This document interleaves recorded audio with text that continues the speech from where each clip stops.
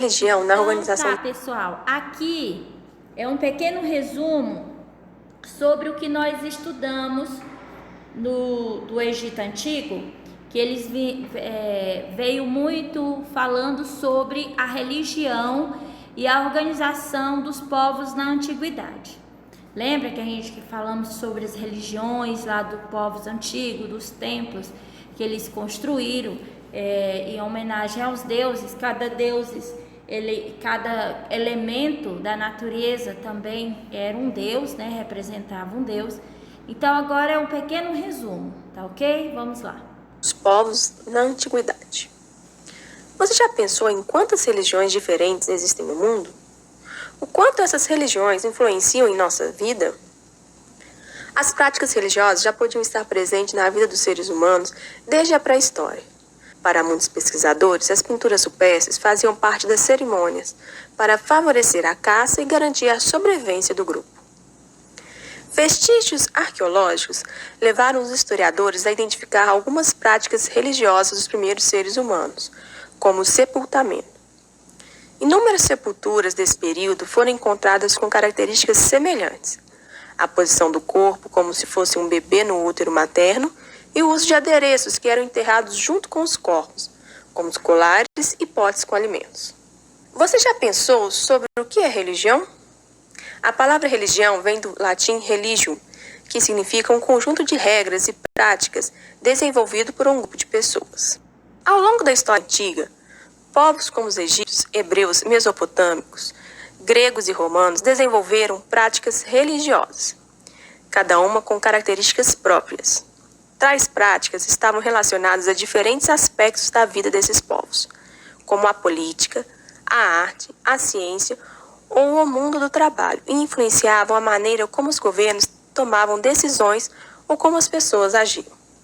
Hoje, você entenderá como as práticas religiosas interferiam na vida das pessoas durante o período da história conhecido como Antiguidade, que se inicia com o surgimento da escrita, por volta do ano 4000 a.C., e termina com o fim do Império Romano do Ocidente, em 476.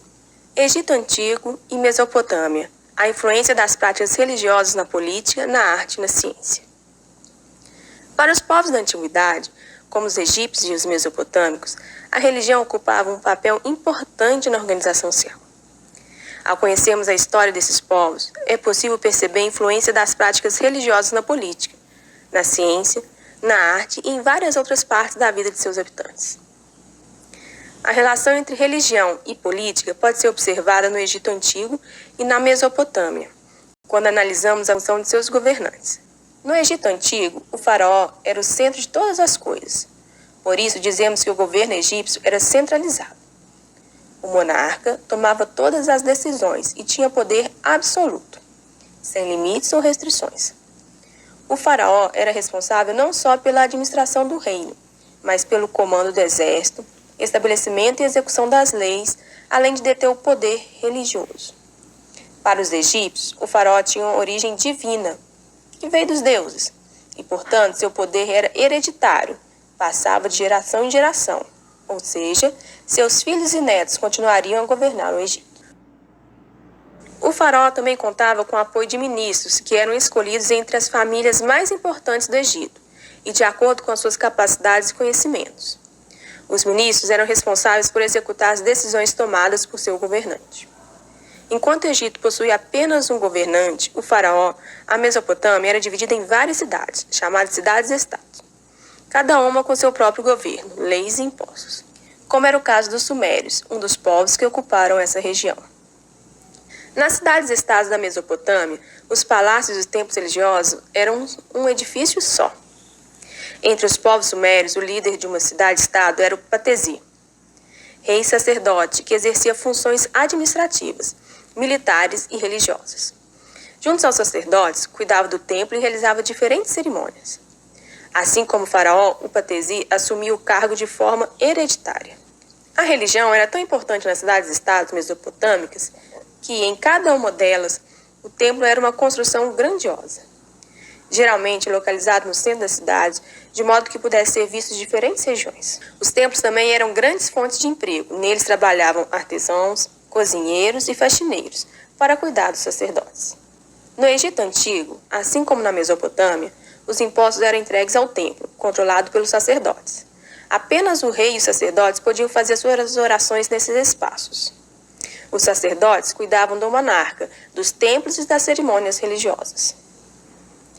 Já vimos como a religião influencia na política, mas como as práticas religiosas se manifestavam nas artes? Nas pinturas e esculturas egípcias, os faraós costumavam ser representados com características de alguns animais, como o leão ou o touro. Isso significava uma forma de demonstrar força e poder. No interior dos templos existiam esculturas, colunas e pinturas que traziam beleza e representavam o rei e os deuses nos quais os egípcios acreditavam. Quando falamos sobre o Egito Antigo, muitas pessoas se lembram das pirâmides. Essas construções serviam de túmulos para os faraós e pessoas que desempenhavam importantes papéis na sociedade.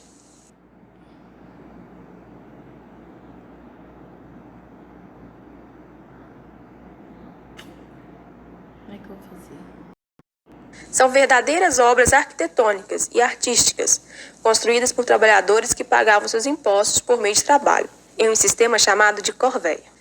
Na Mesopotâmia, a religião podia ser vista na construção dos templos, zigurates, que inicialmente também eram a morada dos governantes.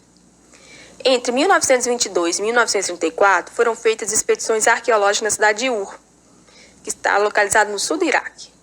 Foi descoberto um cemitério para os reis e pessoas importantes da antiga Mesopotâmia.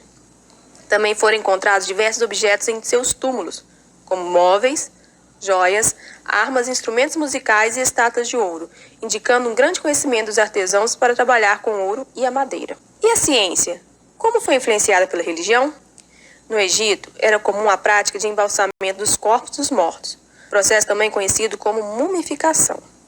Como acreditavam na vida após a morte, os egípcios tentavam preservar o corpo de seus mortos, crentes de que o espírito da pessoa precisaria desse corpo para sua nova vida. O contato com o corpo e os órgãos durante o processo de mumificação contribuiu para que os egípcios identificassem doenças e desenvolvessem técnicas para tratá-las. Os vestígios desses conhecimentos podem ser analisados hoje por meio de papiros, nos quais eram feitos esses registros. Na Mesopotâmia, a necessidade de registrar o grande volume de produção que era entregue ao templo levou os sumérios a desenvolverem um sistema de escrita, chamado de cuneiforme. Além disso, observavam os astros e passaram a aplicar métodos matemáticos para compreender e registrar as mudanças percebidas nos movimentos da Lua e dos planetas. Aplicando a matemática à observação dos astros, os mesopotâmicos determinaram o período do movimento do Sol. Então tá, essa parte agora do vídeo, isso aí vocês vão estudar depois, tá ok? O principal vocês já analisaram. Agora nós vamos para um pequeno resumo sobre geografia do que a gente já estudou, a formação da população brasileira, tá ok? Vamos lá. Sabe quando você tá andando pela rua, daí você... Vamos pensar na história. A gente tinha os índios. Eles eram mais ou menos 5 a 8 milhões. Só que eles morreram muito após a chegada dos brancos, né? Por ter motivos óbvios.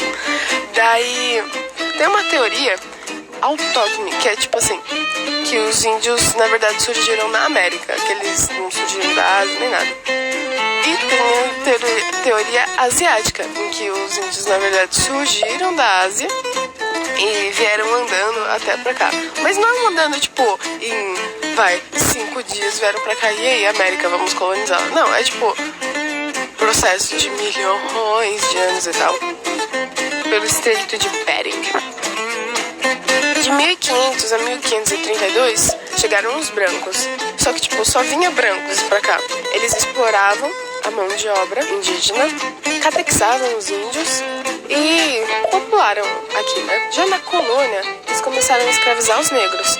Trazendo os negros, começaram a surgir vários mestiços, né?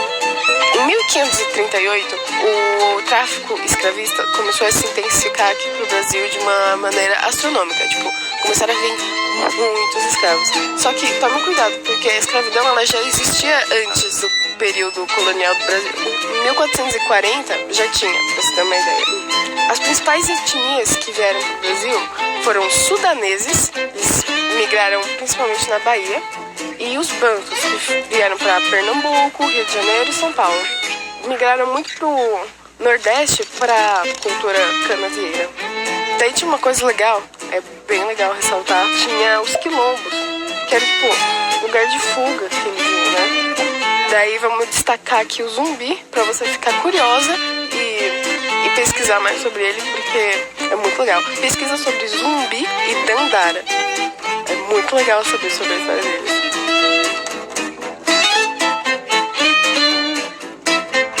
Em 1888, depois da abolição da escravidão, o fluxo de imigrantes começou a se intensificar aqui pro Brasil.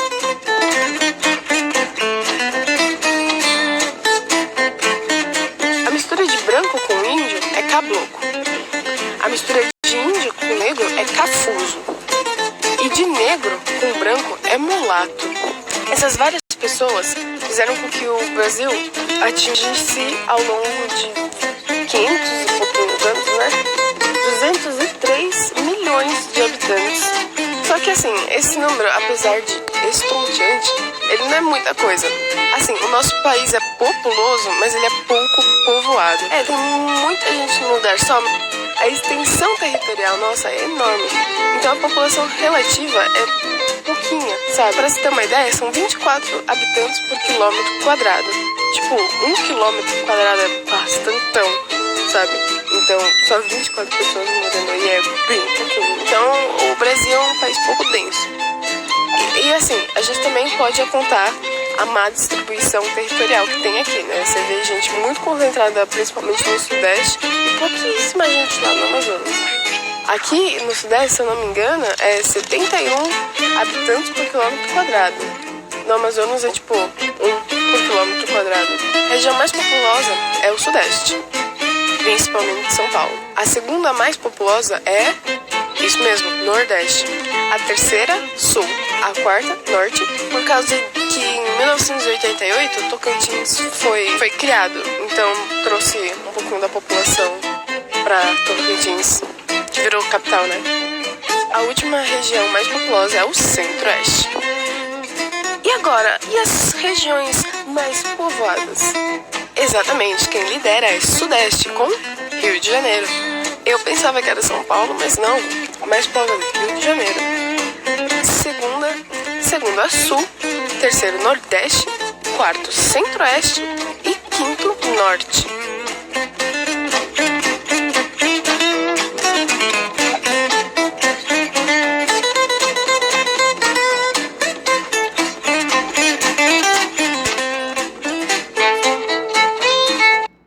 Então, ok, pessoal, eu espero que vocês tenham gostado aí do vídeo. Foi um pequeno resumo sobre história e geografia para vocês guardarem melhor na mente, porque esse conteúdo vocês vão precisar depois, tá? Depois aí no ensino fundamental 2 e no ensino médio, vocês vão rever sobre a população brasileira, tá? Então vejam com mais atenção os vídeos e um grande abraço para todos vocês, um beijo no coraçãozinho de cada um de vocês, tá? Fiquem na paz do Senhor.